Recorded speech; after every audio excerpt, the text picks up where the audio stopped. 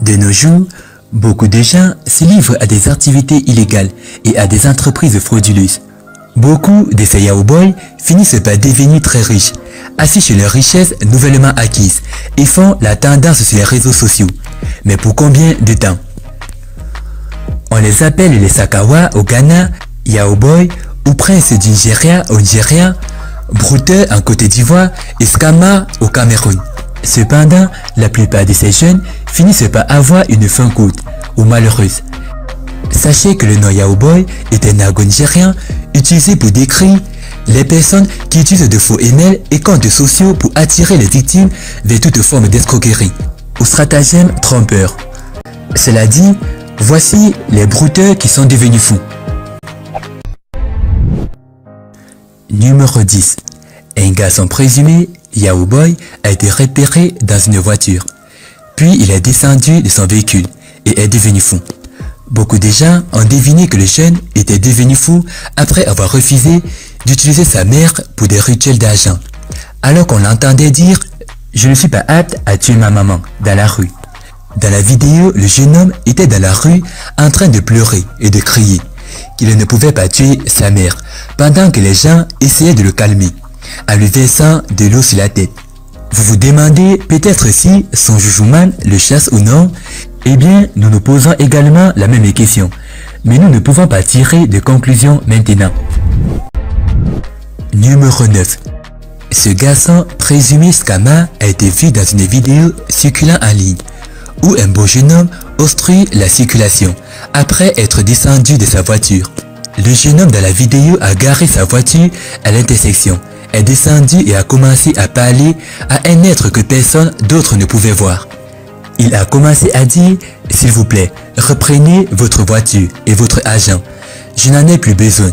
J'ai besoin de tranquillité d'esprit », a crié le jeune homme avant de retirer ses vêtements et bijoux, qu'il a jetés par terre, le laissant avec seulement ses sous-vêtements, qu'il aurait manifestement enlevé sans l'intervention opportune de quelques hommes valides qui l'ont terrassé.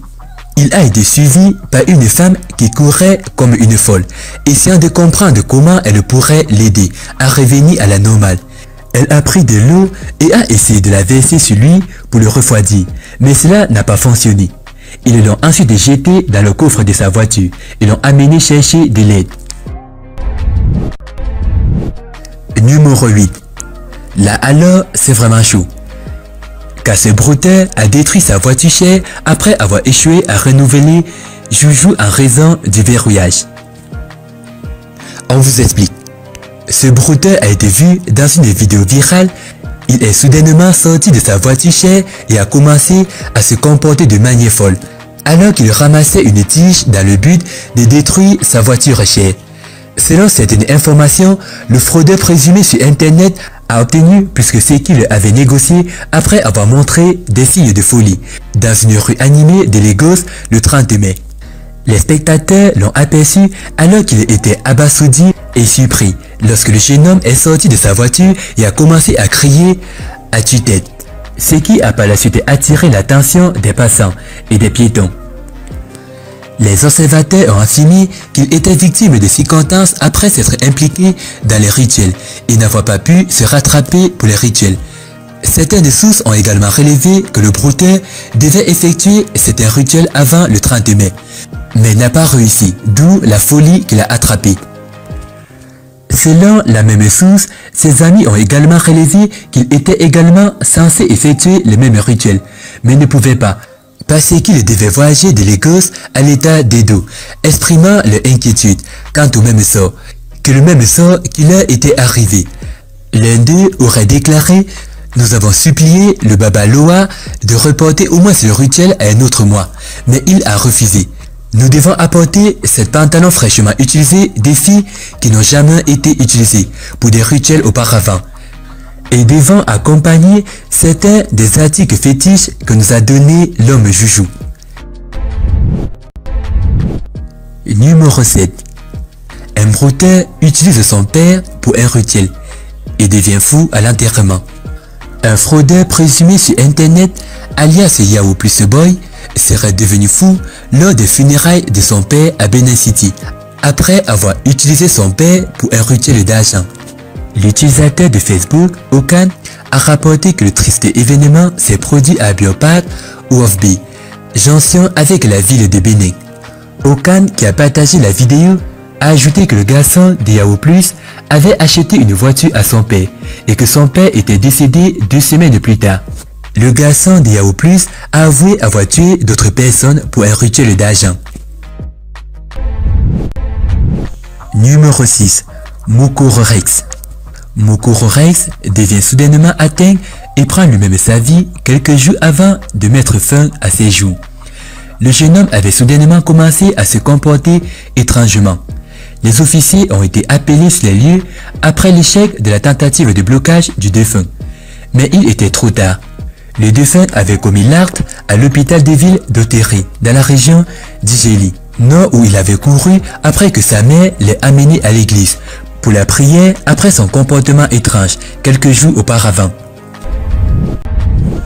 Numéro 5. Le prince Yaya. Selon un post, le jeune homme devenait riche de plus en plus. Il était aidé par des chams, qui plus tard se sont retournés contre lui. Dans une vidéo qui a été diffusée sur les réseaux sociaux, on peut apercevoir le garçon qui semblait être atteint pour des raisons inconnues. Si l'on en croit les commentaires, le jeune homme serait un fraudeur sur internet, c'est-à-dire un brouteur. Selon le post, ce n'est pas la première d'une série de cas similaires. Car dans la même semaine, une vidéo montrant deux garçons Sakawa aboyant comme des chiens a fait surface en ligne. Numéro 4. Derrick Collins. Derrick Collins passe les semaines folles après le mystère qui a pris d'assaut la vie de son père. Selon certaines informations, le père serait parti sans dire au revoir, quelques semaines après que le jeune homme l'ait surpris avec une lucieuse dip. Et il savait que le jeune homme n'était pas conscient qu'après avoir passé par des moyens insolites, c'est la vie de son père qui serait réclamée. Et son père spirituel lui avait dit que son action était sans risque. Par la suite, son père est parti. Le jeune homme est devenu fou quand il a pris d'assaut l'enterrement de son père pour lui rendre son dernier souffle. Certains disent qu'il s'écria « Papa » et a avoué. Numéro 3. Stan Bideke. Stan Bideke est un jeune brouteur qui fut frappé par sa propre œuvre. Imputant au fait en guise de pratique insolite, s'est enroulé au cou de son maître, qu'il a fini par porter atteinte à sa vie. Selon les témoins oculaires, le défunt était parti dans un groupe de jeunes brouteurs et il n'aurait pas suivi les instructions de son maître avant de s'approcher de l'animal. L'incident est survenu au moment où le jeune homme se rendait à moto à la cérémonie de baptême du bébé d'un ami et avec le serpent enroulé autour du cou. En cours de route, les tentatives de ceux qui étaient venus à son secours ont été vaines, car l'animal, jusqu'à ce qu'il rende son dernier souffle, selon les habitants, les jeunes hommes se servaient du serpent comme un charme pour se faire de l'argent auprès des personnes qui venaient observer son exploit. Numéro 2. Ali Mohamed. Ali Mohamed, le garçon soupçonné d'être un brouteur, serait devenu fou après avoir prétendument défié les ordres de son culte. L'intervention opportune du commandement de la police du district d'Otogor a sauvé les habitants de Bawe 0, retenus par un garçon de 25 ans, qui selon les rumeurs se trouvait dans le commerce Sakawa et vivait dans le domaine de Saint-Anthony. Il serait propriétaire d'un immeuble de 150 000 $ américains et posséderait également 4 voitures. 2 personnes ont été touchées par cet acte, tandis qu'une autre personne a vu sa voiture Mercedes-Benz endommagée à la suite de son geste, avant que la police ne l'ait arrêté. Certains habitants disent qu'Ali Mohamed habitait dans un immeuble tout seul, avec son maître spirituel. Lionel Diap. Son histoire a fait le buzz il y a quelques semaines. Celle de ce jeune homme apparaissant sur une vidéo dans laquelle il agissait tel un fou évadé d'un asile. La faute à un pacte qu'il aurait supposément passé avec une entité occulte afin d'obtenir beaucoup d'argent.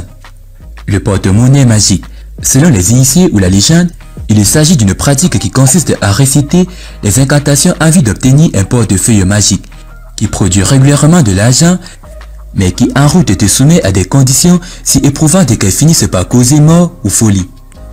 Tel était le sort que l'on attribuait quelques semaines plus tôt à Lionel Thiam, ce jeune Camerounais d'une vingtaine d'années apparu aux yeux du grand public. Fils de bonne famille, Lionel Thiam n'a jamais vraiment manqué de quoi se nourrir. Malgré cela, rêvant de mener la vie de multimilliardaire, d'un HPP et d'exhiber un train de vie isolant, il va rapidement prendre des chemins compliqués et devenir brouteur ou scammer, comme on les appelle au Cameroun. Entendez cybercriminel. Un choix qu'il serait bien vite au vu des images où on a pu le voir croulant sous des liasses d'argent, posant devant des voitures de luxe et vêtu plus classe que le roi du Wakanda. Sauf qu'un beau jour, Lionel Thiam se retrouve dans un groupe d'amis où, malgré ses envois falsieusement acquis à moins d'argent que tout le monde, invité à une sortie de farotage par ces jeunes super riches. Il n'a rien, il n'est rien. Le jeune homme veut être aussi comme les autres, c'est-à-dire super riche. C'est ainsi qu'il sera posé une condition pour intégrer le cercle. Il sera donné à Lionel une somme de 50 000 francs CFA à dépenser intégralement dans un supermarché, mais sans emporter les produits achetés. Banale condition qui paraissent aisée au départ, mais qui s'avérera bien plus compliquée que ça au moment de la réaliser. En effet, rendu au supermarché, Lionel va effectuer sa condition et dépenser l'intégralité de la somme d'argent en achetant divers produits. Mais alors qu'il voulait s'en aller en laissant ses biens acquis, il a tôt fait d'être interpellé par la caissière. Celle-ci, étant étonnée sur son oubli, va lui demander de récupérer ses marchandises. Chose à laquelle Lionel va s'opposer encore et encore, jusqu'à ce que son comportement alerte les vigiles. Ces derniers insistant eux aussi pour que Lionel récupère ses achats, le jeune garçon va se trouver acculé de haut mur. Il lui faut à tout prix réaliser la condition. Que faire alors? C'est alors que dans un éclat de génie, le jeune va soudain se déshabiller devant tout le monde pour simuler la folie. Un geste qui va pousser les vigiles à faire ressortir Lionel du supermarché. Après le moment de folie, Lionel rentrera chez lui, s'étant adroitement joué de tout le monde, mais y ayant laissé sa réputation au passage.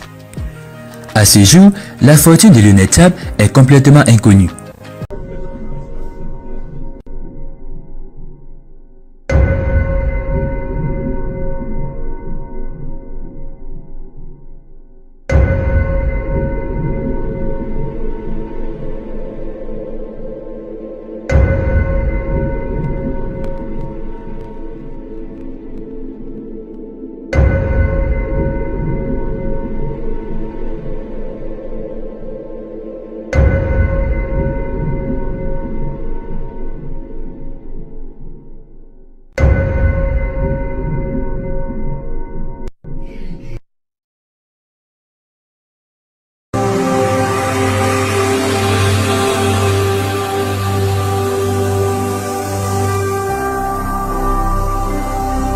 Jésus-Christ TV,